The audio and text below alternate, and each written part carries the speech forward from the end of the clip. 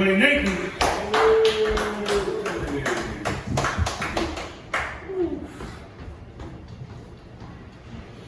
Oh, hello. Yeah. No, I agree.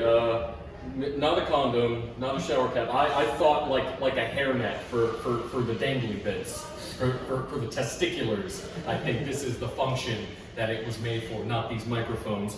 Regardless, the world is changing right now. Currently, movies aren't being made. They aren't coming out. Therefore, movie theaters are going out of business. Now, me, I've worked in a movie theater for about 4 years or so, and I can tell you, I've never been fucking happier.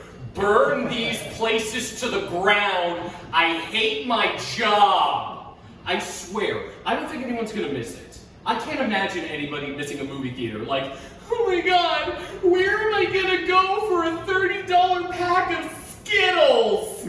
No one fucking cares. Can you imagine the dumb questions I get on a daily basis? I'm not gonna miss any of them. I'm not gonna miss, can I get the refills on ginger ale? Are they free? Do you guys have a senior discount? Is this a hair in my popcorn? No, it's not a hair in your popcorn. I wore my hairnet. Balls. Anywho, I'm glad all the guys are here so they can get all the masculine jokes. Guys, fellas, many of you. There's nothing nicer than a good shave. Nothing nicer than a nice, close, clean shave. You know, I get excited sometimes when I give myself a nice shave. You know, last time, I cleaned myself up, I got so excited, decided to point that razor southbound. And Jared, do you know what I found down there? Turns out underneath all that hair, I have a vagina. That really explains all the blood. Sometimes I find myself struggling to understand what the girls I date want. Really, like I find it hard to please them sometimes. Like, for example, I think one of my relationships back in the past, we tried role playing, and I thought, oh yeah, that's gonna be fucking hot. And she was like, oh no, I don't think I have enough money to pay for this pizza. And I came up, I'm like, oh hi, I'm Christopher Walken. I'm your pizza delivery man. It seems you don't have enough money for this large sausage. And she didn't think that was hot for some reason. She can act like a naughty little schoolgirl, but it's not attractive when her teacher is Kermit the Frog. You've been a very naughty girl, Miss Piggy. I'm gonna have to give you several spankings with this ruler. Someday we'll find it. My girlfriend's clitoris, the lovers, the dreamers, and me.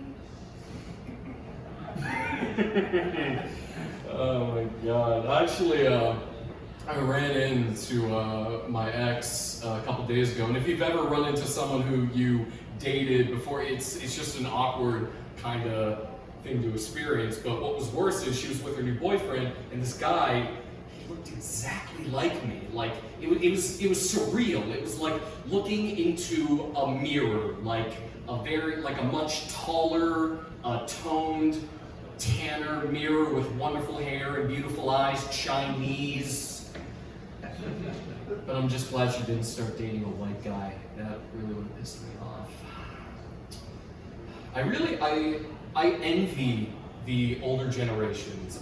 Especially, again, like when it comes to dating, it feels like it was a lot easier. You guys weren't burdened with shit like Tinder, your Bumble, Instagram, Snapchat. You guys didn't have to worry about that. You just find a nice girl, you'd see her, you'd say, I want to meet her, I want to speak to her. And so you go to her father and you'd say, oh dear King Richard of England, I have brought with me my 3 finest pigs, so I can show you my devotion to your daughter, so that I may make her my bride.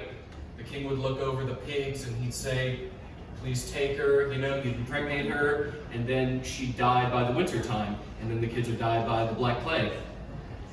I was born at the wrong time.